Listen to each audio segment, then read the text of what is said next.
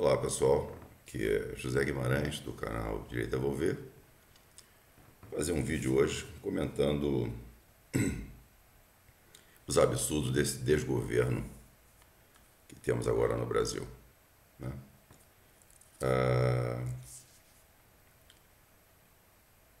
Eu vou ler nesse vídeo aqui algumas coisas que eu observei na internet aí, né?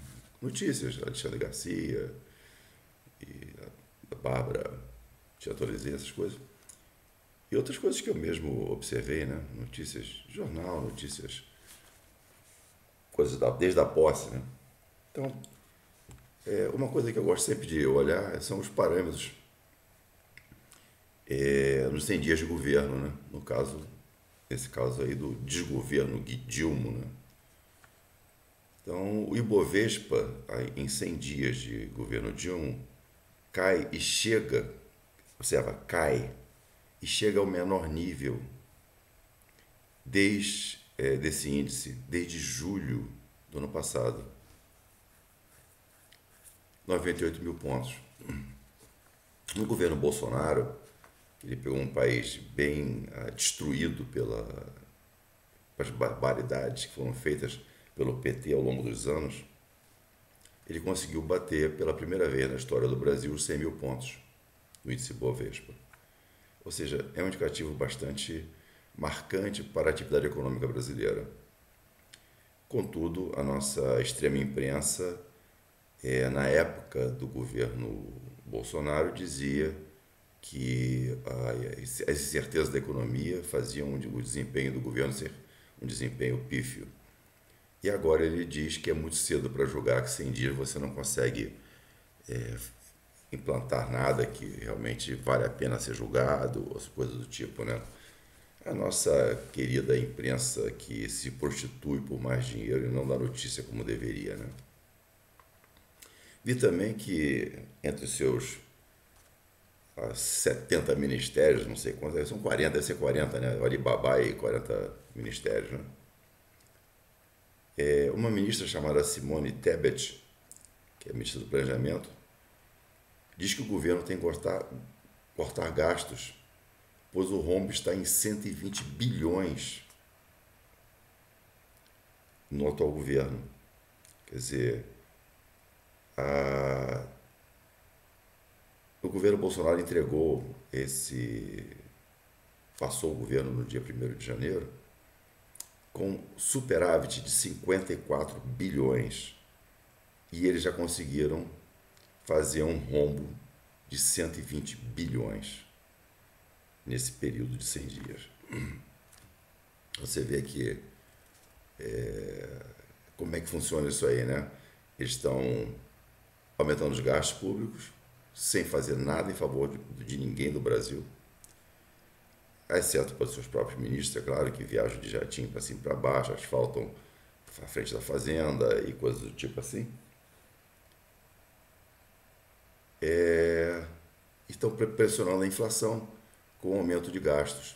Por sorte, o Banco Central é independente atualmente, ainda é independente, e o presidente do Banco Central entregou o governo do governo Bolsonaro por ter colocado o Banco Central independente, por ter pessoas competentes lá.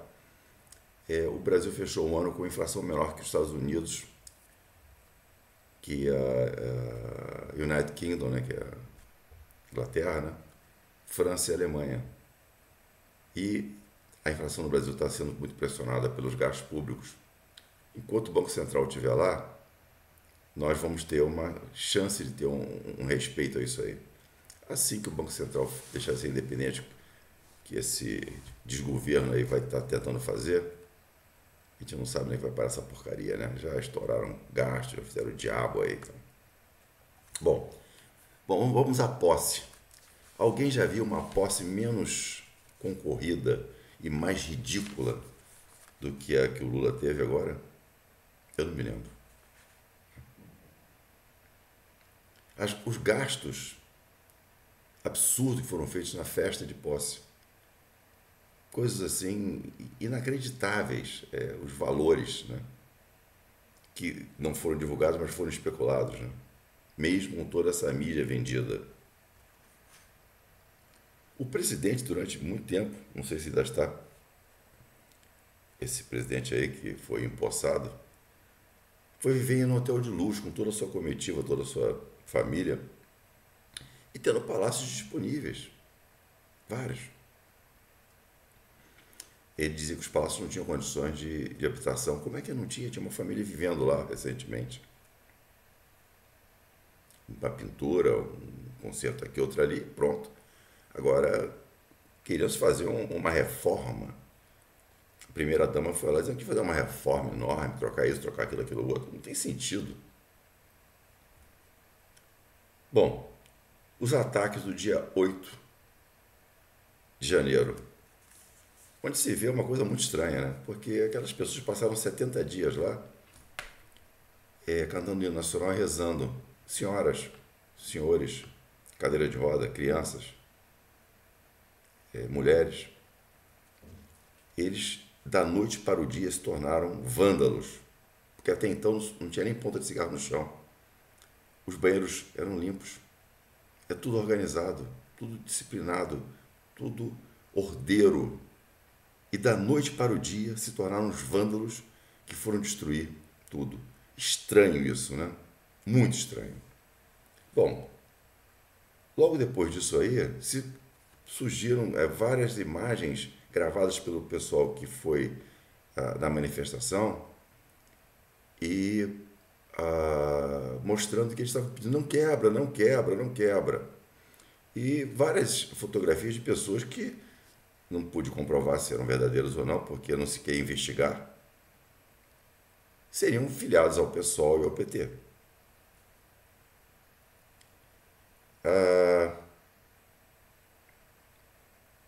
O governo está se esforçando muito, distribuindo cargos para evitar uma CPI para investigar esses fatos que ocorreram no dia 8 com diversas indícios de crime de responsabilidade do governo. Por que não investiga? Até recentemente, quando o governo do Bolsonaro estava aí, o que acontecesse, mesmo ele estando certo, era investigado, era uma CPI, essas coisas todas. Fizeram uma CPI do vírus chinês, custou milhões, não se apurou nada porque o cara não fez nada de errado. Ninguém aceitou aquela porcaria, nenhum órgão decente aceitou aquela porcaria lá. E foi investigado, encheu o saco, perturbou. E agora não se investiga nada, né? Aí, depois da primeira-dama propor aquelas reformas todas, houve um fato que eu achei sensacional, né? Enchente em São Paulo.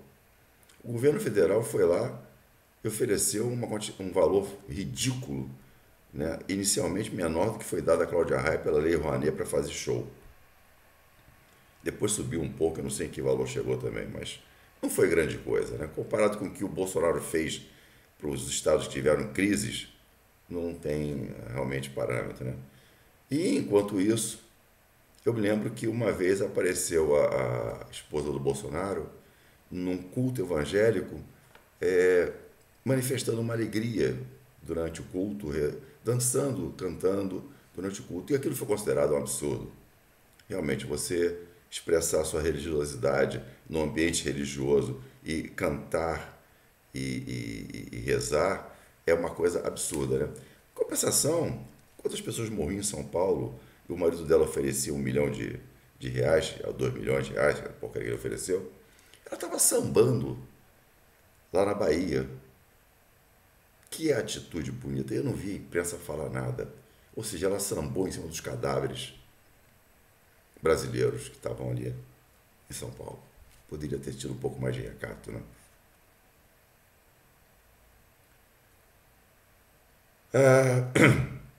37 ministérios, né?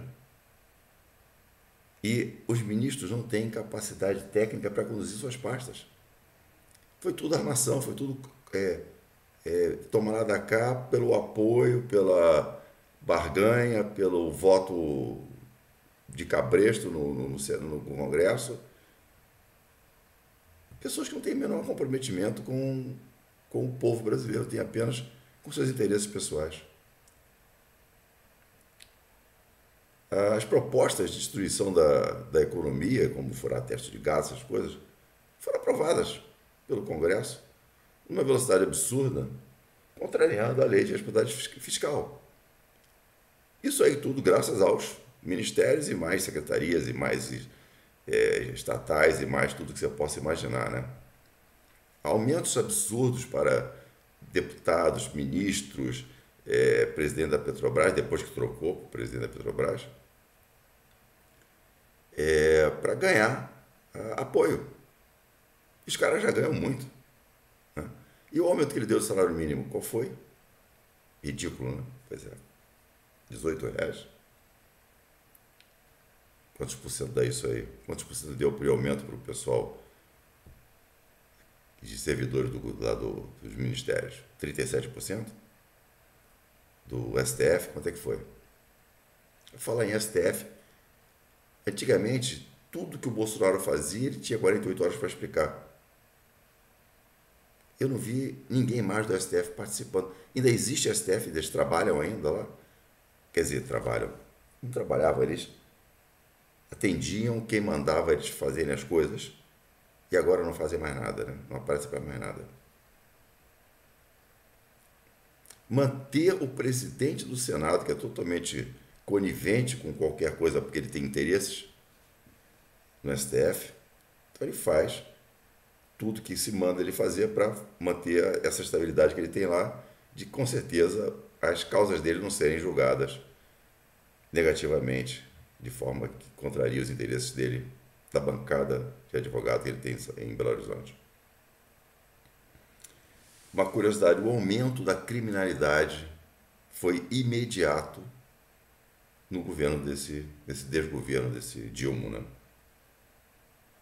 Quer dizer, o bandido voltou a ser apoiado pelo Estado.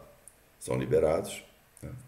E uma coisa bárbara que existe é que, vocês se lembram, muitas pessoas que continuavam na frente dos quartéis no dia 8, que não foram para a Praça dos Três Poderes, foram conduzidos para ônibus e levados para um campo de concentração. Campo de concentração. Rapaz, eu não consigo não me lembrar da Alemanha nazista ou da Rússia comunista. Discordava do governo, era trabalhos forçados na Sibéria ou Auschwitz, no caso dos nazistas. Não existe processo legal, não existe acusação, não existe lei que puna opinião ou manifestação ordeira. Mas as pessoas foram presas ou estão presas ainda. Isso é uma coisa desprezível, né? Eu lembro que no Tribunal de Nuremberg ficou decidido que era proibido a proteção dos humanos, né, dos seres humanos.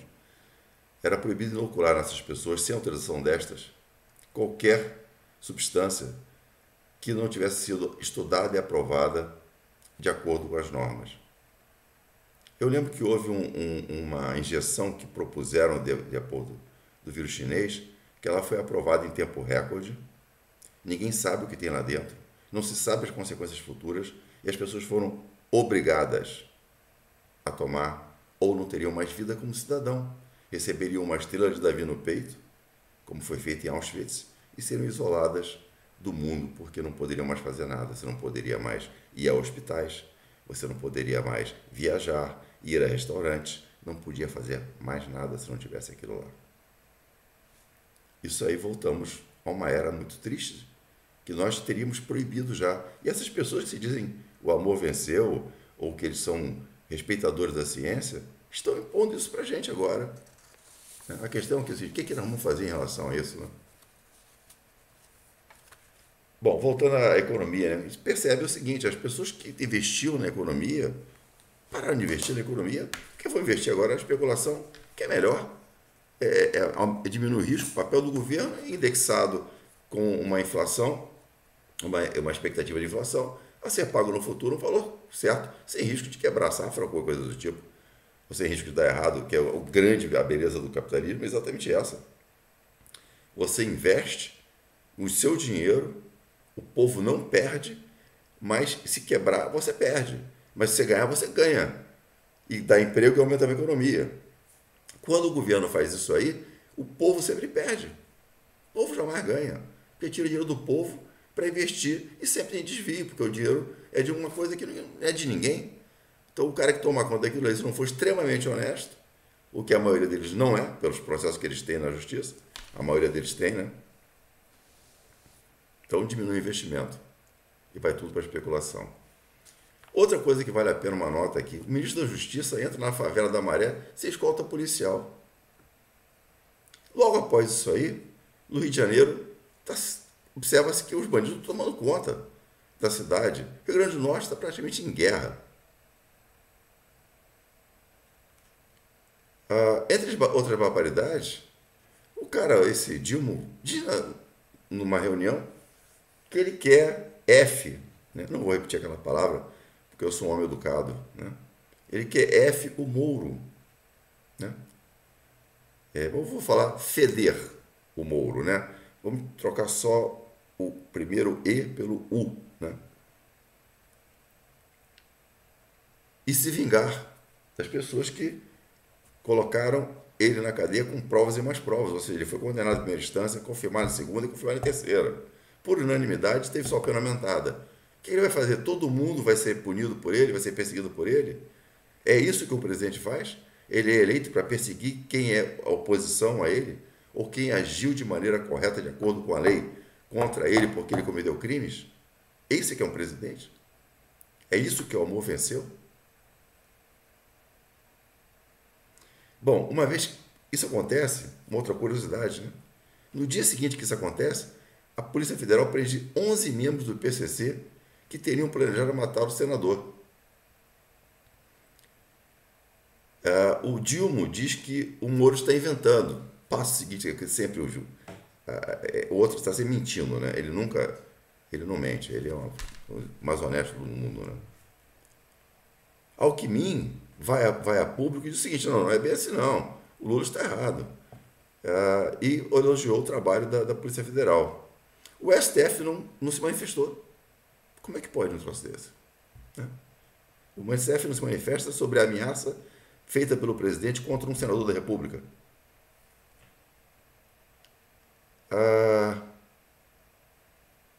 Eu fico perguntando o seguinte: como é que em 5 anos, entre o atentado real contra o Bolsonaro, nunca foi possível se descobrir quem foram os mandantes? Por que o Adélio é tão blindado pelas pessoas que deveriam investigar isso aí? Quer dizer, a Polícia Federal não teve competência para isso, o STF não pôde obrigar ninguém a fazer nada, aliás, ajudou a blindar o cara, e não se sabe até hoje. Agora, entre a ameaça acontecer e prender os membros do PCC que queriam matar o Moro, foi uma velocidade absurda, né? Me explica isso, por favor. Bom, pessoal, já ficou muito longo o vídeo hoje. Obrigado pela atenção.